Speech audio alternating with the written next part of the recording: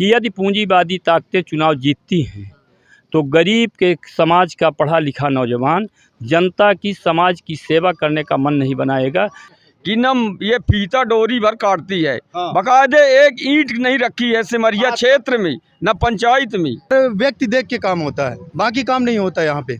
जो वंचित व्यक्ति हैं उनका सबसे ज़्यादा हनन हो रहा है, उनके साथ में दुराचार हो रहा है। सक्षम आदमी ने एक गरीब को बैठा कर उसके सर से नहीं पेशाब कर रहा है। यहाँ पे केवल बेरोजगारी है, ना किसी। और सभी करणी सैनिक क्षत्रिय समाज वोट जाने जानी से हम कांग्रेस का वोट दे। आपको 3 महीने हम झूठ सा न बोलो दादू, हमें मिल गए पैसा। अब बांध भरने के लिए यहाँ पर लालच दी जाती है और कभी बांध का काम किया नहीं गया। ये जो लाडली बहना है ये कोई टिकाऊ योजना नहीं है। अदला बदली तो चलता रहता है, पार्टी का काम है, आना जाना चलता है। भाई है कुछ काम ही नहीं हुआ भाई, यहाँ सब आतंक ज़्यादा है। इस वक्त हम मौजूद हैं सिमरिया में। बात करें सिमरिया की तो सिमरिया मध्य प्रदेश के रीवा जिले में आने वाली एक विधानसभा सीट है। पूर्व में यहाँ पर अभय मिश्रा और उनकी पत्नी विधायक रही हैं। बीते चुनाव में यहाँ से केपी त्रिपाठी जो भारतीय जनता पार्टी से जुड़े हुए हैं वो विधायक हैं मौजूदा तौर पर। और इस बार जो लड़ाई है पूर्व विधायक और वर्तमान विधायक के बीच की है। असली बात अगर हम कर रहे हैं तो हम यह कहना चाह रहे हैं कि इस बार इस चुनाव में कांग्रेस की तरफ से अभय मिश्रा चुनाव लड़े रहे तो भाजपा की तरफ से केपी त्रिपाठी चुनाव लड़ रहे हैं। वहीं बहुजन समाज पार्टी भी यहाँ पर काफ़ी दबा बनाए रखी हुई है और पंकज पटेल जो होते हैं यहाँ से प्रत्याशी हैं। जनता की यहाँ की राय क्या है, जनता क्या कहती है और किन मुद्दों को लेकर के यह किसी दल के साथ है या किसी का विरोध कर रही है, इन सारी चीज़ों की बातचीत हम यहाँ पर करने वाले हैं। तो सबसे पहले आप सारे दर्शकों का स्वागत करते हैं और आप सारी जनता का भी हम द खबरदार न्यूज़ पर बहुत बहुत स्वागत करते हैं। शुरुआत करते हैं हम अपनी इस चर्चा की। सिमरिया विधानसभा सीट, यहाँ पर दलों की अदला बदली का एक लगातार क्रम चला। कोई एक व्यक्ति जो है तो कभी भाजपा में जाता है, कभी कांग्रेस में आता है, कभी भाजपा में जाता है। इस तरीके से स्थितियाँ यहाँ पर रहीं। तो वर्तमान समय में जब चुनाव महज 1 हफ्ते भी नहीं बचा हुआ है तो अब की क्या स्थितियाँ? यहाँ से अभय मिश्रा जी कम से कम 20,000 वोट से यानी ज़्यादा चुनाव जीतेंगे। यहाँ से अदला बदली तो चलता रहता है, पार्टी का काम है, आना जाना चलता है। जो यहाँ विकास है मेन अभय मिश्रा जी के देन है। ना तो यहाँ तो पहले रोड थी, न तो नाली थी, न तो कुछ था। और सबसे बड़ी समस्या यहाँ पानी की, जो जरमोरा बांध है वो पूरा सूखा पड़ा है और 2-3 पंचवर्षीय निकल गया, उसमें तो अभी तक तो न पानी आया न यानी कुछ आया। और तीसरा मुद्दा सबसे बड़ा दिक्कत है यानी बीजेपी का यानी रेलवे वाला ज़मीन यानी अधिग्रहण हो गई और उनको नौकरी अभी तक नहीं मिली। सब लड़के बेरोजगार यानी भाग रहे हैं। तो जब लड़के सब बेरोजगार भाग रहे हैं, ज़मीन अधिग्रहण कर लिया गया रेलवे का, तो यानी वोट का बीजेपी का प्रश्न नहीं उठता है। अब बीजेपी से नाराज हैं आप लोग कुछ मुद्दों को लेकर के, तो फिर किसका समर्थन है? पंकज पटेल या फिर जो अभय मिश्रा या फिर कोई तीसरा? यहाँ से only on Abhay Mishra, Congress party जिंदाबाद। पूर्व में भी पंकज पटेल जो रहे हैं एक अच्छा वोट बैंक जो है यहाँ से हासिल करते रहे। इस बार की क्या स्थितियाँ हैं? अभय मिश्रा स्थितियाँ क्यों बदली हैं? भाई है कुछ काम ही नहीं हुआ भाई, यहाँ सब आतंक ज़्यादा है। स्थितियाँ इसलिए बदली हैं, जो भी सिमरिया के अंदर विकास हुआ है, जो भी आपको यहाँ दिख रहा है वो अभय मिश्रा जी की ही देन है। और वो 15 सालों के बाद फिर आए हैं तो यहाँ की जनता चाहती है कि सिमरिया में विकास हो उसी रूप में जिस रूप में उन्होंने किया था। इसलिए यहाँ की जनता एक तरफा अभय मिश्रा जी को चाह रही है। आप किस दल को वोट देना चाहेंगे और किस प्रत्याशी को पसंद करते हैं? मैं राष्ट्रीय राजपूत करणी सेना से हूँ। आप जिस रोड पर खड़े हुए हैं ये रोड अभय मिश्रा जी की दी हुई देन है। आज आप विकास देख लीजिए, अभय मिश्रा के दिए हुए डिवाइडर यहाँ से लेके सतना रोड तक बने हुए हैं, हर जगह से टूट कर गिर गए हैं। इनको सुधार नहीं पाए तो आप विकास सोच सकते हैं क्या होगा सिमरिया का। आप गांव में चले जाइए, जनता पानी के लिए तरस रही है, पानी नहीं मिल रहा है उनको पीने के लिए। तो आप समझ सकते हैं विकास कहाँ तक क्या हुआ होगा। हमारा करणी सेना का पूरा समर्थन अभय मिश्रा जी के साथ है।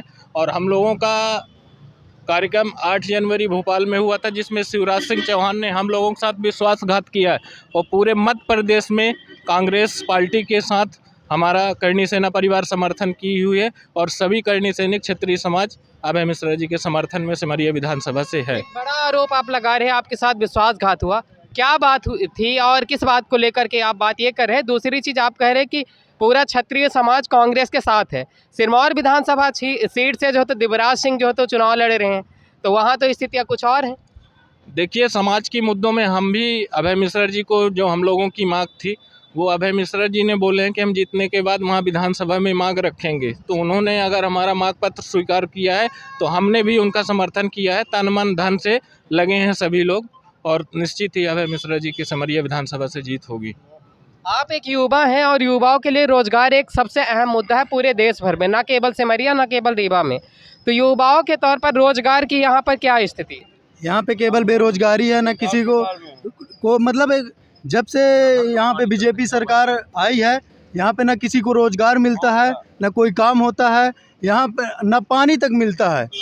यहाँ पे केवल कहीं भी जाइए, आप नगर परिषद में जाइए, कहीं भी जाइए, प्रदेश में जाइए, कहीं भी जाइए, कहीं भी कोई भी सुनवाई नहीं होती है। केवल इन लोगों के पास जाओ तो केवल कहीं यहाँ दौड़ाएंगे, कहीं वहाँ दौड़ाएंगे, मतलब काम के विकास के नाम पर कुछ होता ही नहीं है। अब इससे पहले हमारे यहाँ के अध्यक्ष माननीय अजय शुक्ला जी थे, तो वहाँ पे आदमी जाता था नगर परिषद में, तो कभी ये नहीं पूछा जाता था कि आपने हमको वोट दिया या नहीं दिया। लेकिन यहाँ पे इस समय जाते हैं, जब से भाजपा की सरकार आई है, तो यहाँ पूछा जाता है कि आपने हमको वोट दिया है कि नहीं दिया। मतलब वोट देख के और व्यक्ति देख के काम होता है, बाकी काम नहीं होता यहाँ पे। मतलब एक पहचान के तौर पर जो तो काम किया जाता है। जी, हमारा कहने का मतलब ये है कि सबसे पहले तो हमको चाहिए बदलाव, ठीक है ना। सरकार का बदलाव होना चाहिए। फिर दूसरा मुद्दा ये है कि इस सरकार, वर्तमान सरकार में सबसे ज़्यादा दलित, शोषित, पीड़ित, जो वंचित व्यक्ति हैं, उनका सबसे ज़्यादा हनन हो रहा है, उनके साथ में दुराचार हो रहा है।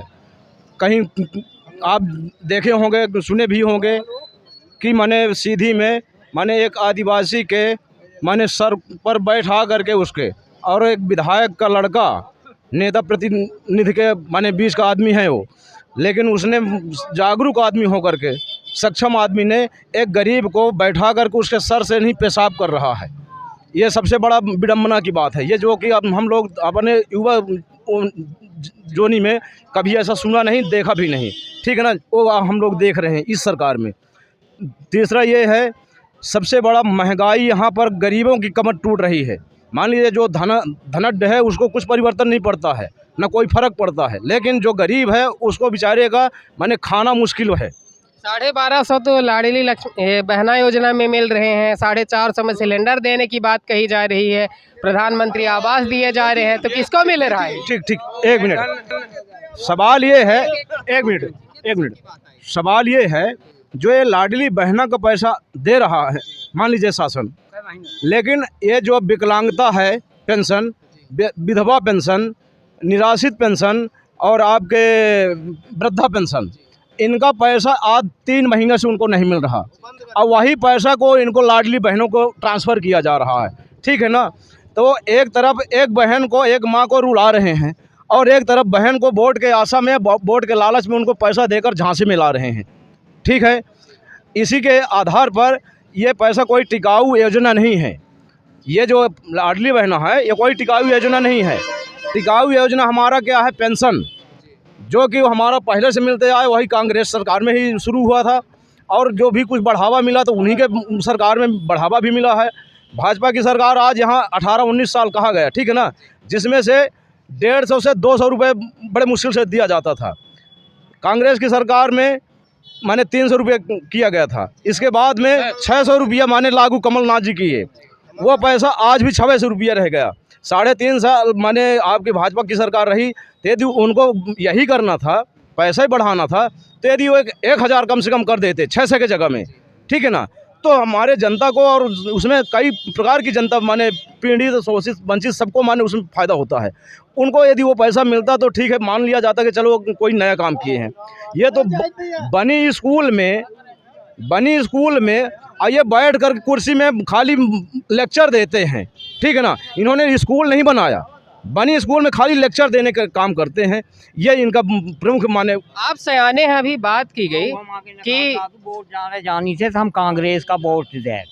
आपको पेंशन मिलती है कि नहीं, हम ये जानना 600 रुपया मिला थी। तो अभी 3 महीने से जैसे कि बताया गया कि नहीं मिली, तो आपको 3 महीने हम आए? झूठ सा न बोलब दादू, हमें मिल गए पैसा। अब ये जरमोहरा बांध जो है यहाँ पर एक अहम मुद्दा है, और ये आज़ादी के बाद एक बड़ा अहम मुद्दा है कि ऐसा कहा जाता है जरमोहरा बांध की स्थिति को जो बेहतर कर देगा तो सेमरिया में जो पानी पेयजल की कमी है वो पूरी तरीके से दूर की जा सकती है।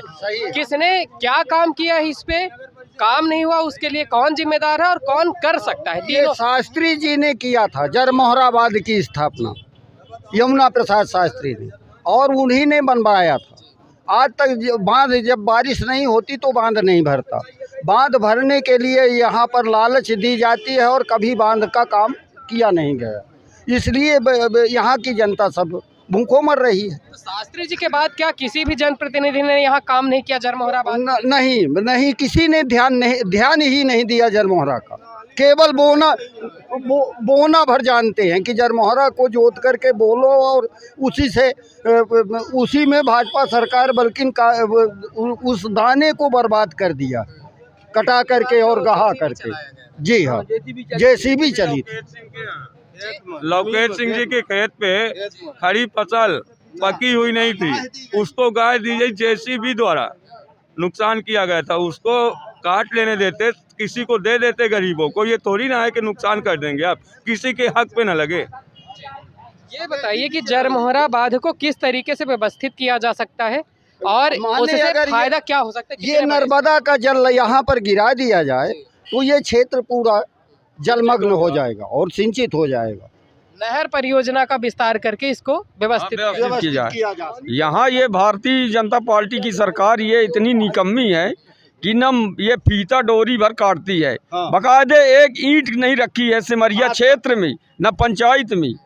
ये जो काम दिख रहा है सब अभय मिश्रा का है, और यहाँ से 18 साल से ये बैठी है सरकार, कुछ भी काम नहीं किए, वादे पे वादे, वादे पे वादे, बेरोजगार लड़के भाग रहे हैं। वो चीजें जो है यहाँ पर है और विकास हुआ है, सिर्फ सिमरिया में एक चीज का विकास हुआ है, वो भी नशीली दवाओं का। इस चीज पे 1 नंबर पे सिमरिया है। हाँ, जब से केपी त्रिपाठी जी विधायक हुए हैं उसके की धाऊ भी खोद करके, माने पहाड़ खोद करके और दूसरे प्रांत को दे दिए जाते हैं। यहाँ पर फैक्ट्री नहीं डाली जा रही कि यहाँ के जनता को रोजगार मिले, रोजगार से सब वंचित है। कुछ प्रमुख कामों की तरफ मैं आपको बताना चाहूँगा और फिर उसकी सच्चाई भी जानना चाहूँगा कि यहाँ पर गौ अभयारण्य स्थापित किया गया, यहाँ पर पूर्वा जलप्रपात के सौंदर्यीकरण का कार्य किया जा रहा है, किया गया। तो इस तरीके से और कई कार्य किए जा रहे हैं, तो इनकी किस हद तक कार्य किया गया और उसकी सुनिए, तो यहाँ पर पूर्वा में जो काम किया गया केवल सीओ को मार करके और पैसा लूटा गया, ना कि कोई काम नहीं किया गया। पूर्वा का कौन सौंदर्यीकरण करेगा जो प्रकृति की बनाई हुई चीज है?